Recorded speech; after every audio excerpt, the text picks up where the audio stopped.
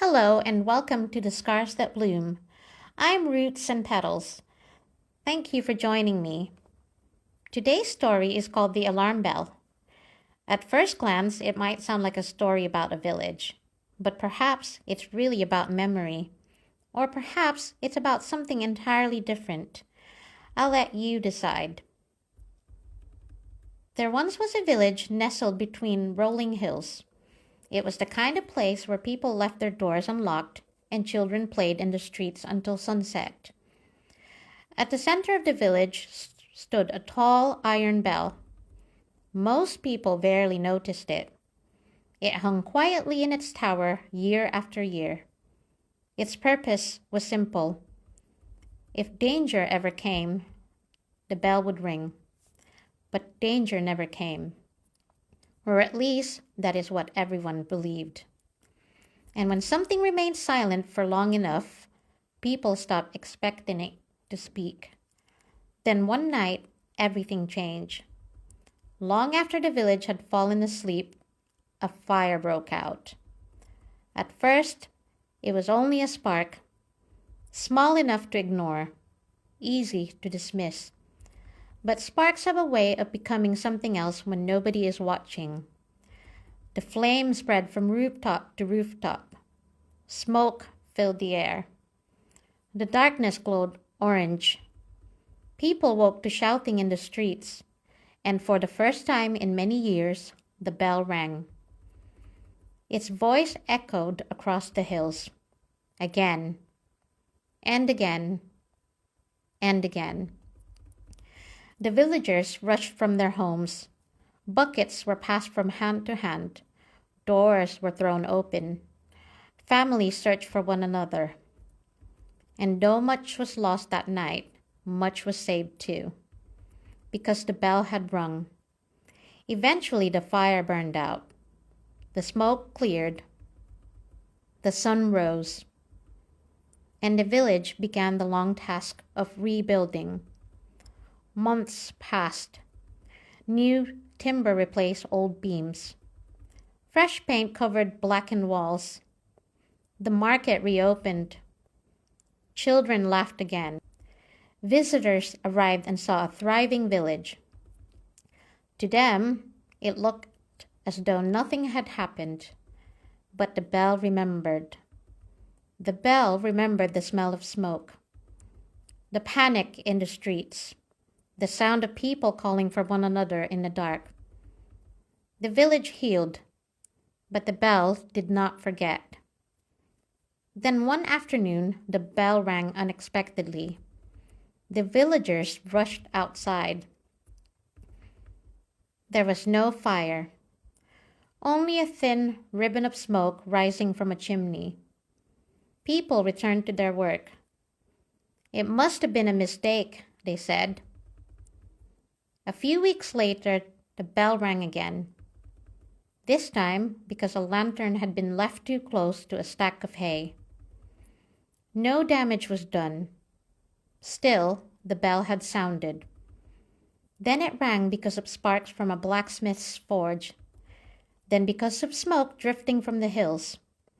The bell became watchful, attentive, alert. Some villagers grew frustrated. The bell is too sensitive. It keeps disturbing the peace. The danger is over. We rebuilt years ago. But among the villagers lived an old blacksmith. He had been there the night of the fire. And whenever people complained about the bell, he simply listened. One day, a young villager approached him. "Why does the bell keep ringing?" he asked. "There isn't a fire." The blacksmith looked toward the tower. For a long moment he said nothing. Then he smiled gently. "The bell isn't broken," he said. "The bell remembers." The young villager frowned. "But the fire is over." "Yes," said the blacksmith, "the fire is over." But the bell learned something that night. It learned how quickly ordinary evenings can change. It learned how much can be lost. It learned that small sparks sometimes become large fires. The young villager thought for a moment. So the bell is afraid? The blacksmith shook his head. No. The bell is trying to protect what it loves. The young villager looked across the village. For the first time, he saw the bell differently. He no longer heard annoyance when it rang. He heard memory. He heard experience. He heard a warning born from a night nobody wanted to repeat. And though the bell never returned to the silence it once knew, something else changed. The villagers slowly became more patient, more understanding, because some warnings are not signs of weakness. Some warnings are signs of survival. I wonder what stood out to you in that story. Was it the fire?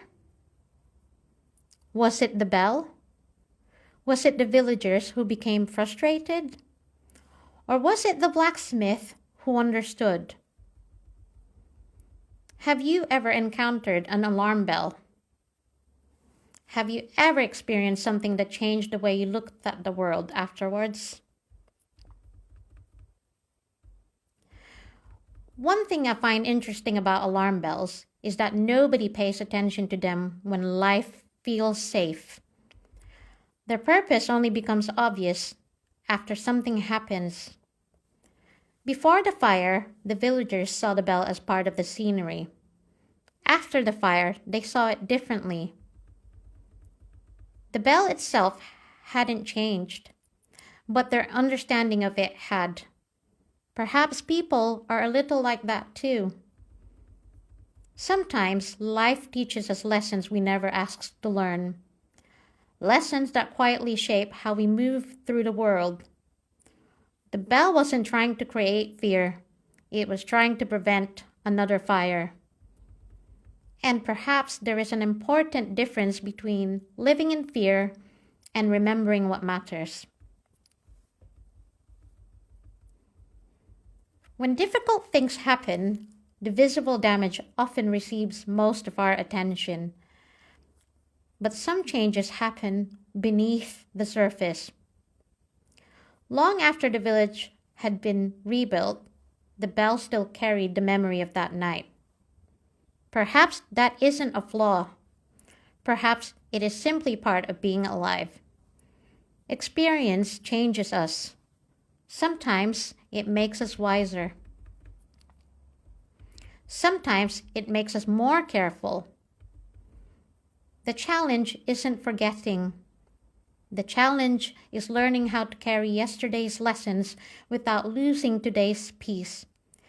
Yet perhaps growth is found somewhere in that space, between remembering and trusting, between caution and hope. Perhaps the story isn't really about a village. Perhaps it's about memory. Perhaps it's about protection.